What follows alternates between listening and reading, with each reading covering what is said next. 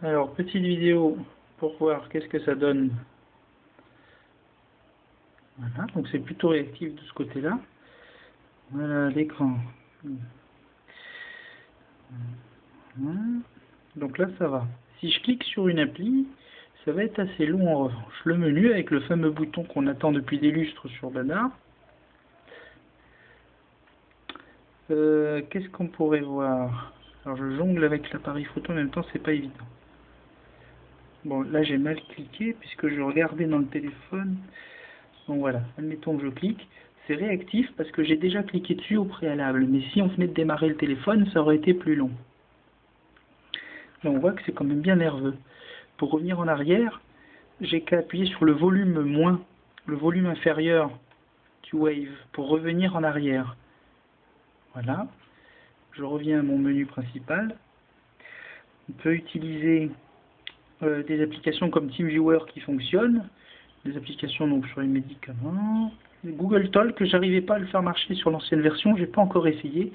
Le Market il marche.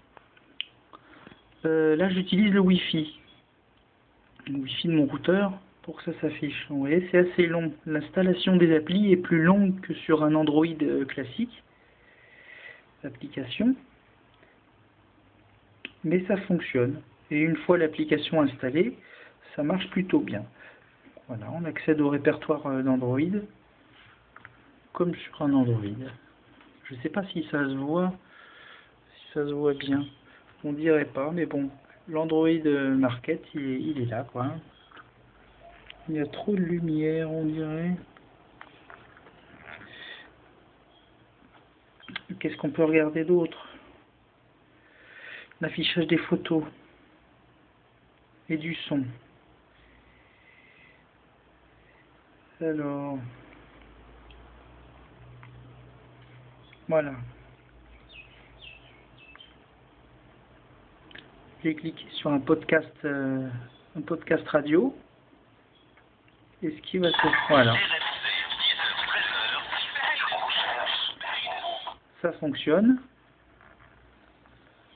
Le premier chargement est un peu lent, mais après ça fonctionne sans trop de difficulté. Est-ce que j'ai des photos?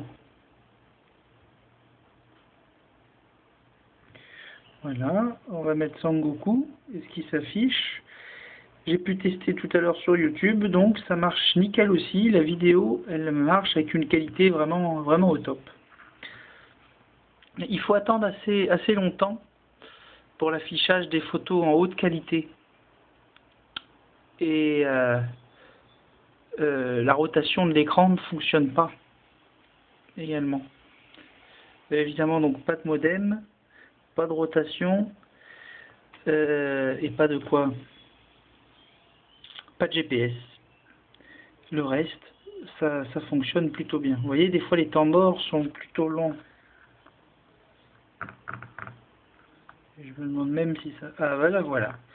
Le multitouch fonctionne, c'est fluide. Hein. Une fois que la photo est chargée, ça va plutôt bien. Par contre, si je veux la faire pivoter, eh ben ça pivote pas. À moins que ça le fasse, mais que ce soit vraiment lent, mais j'ai pas testé. J'ai jamais réussi à faire pivoter. Donc l'accéléromètre doit pas être fonctionnel également. Voilà pour le petit essai.